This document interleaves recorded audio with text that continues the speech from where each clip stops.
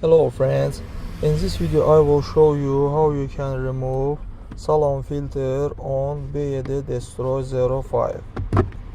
First of all, you need to remove this cover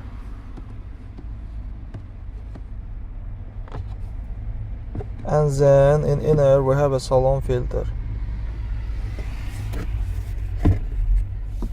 Remove this cover too.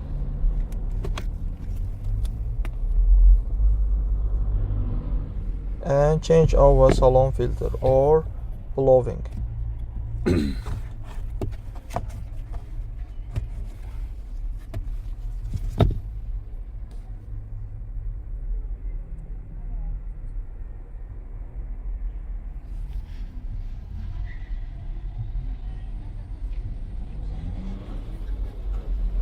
That's all guys. Subscribe to our channel, but like, and don't forget to put a bell so as not miss new video on the channel.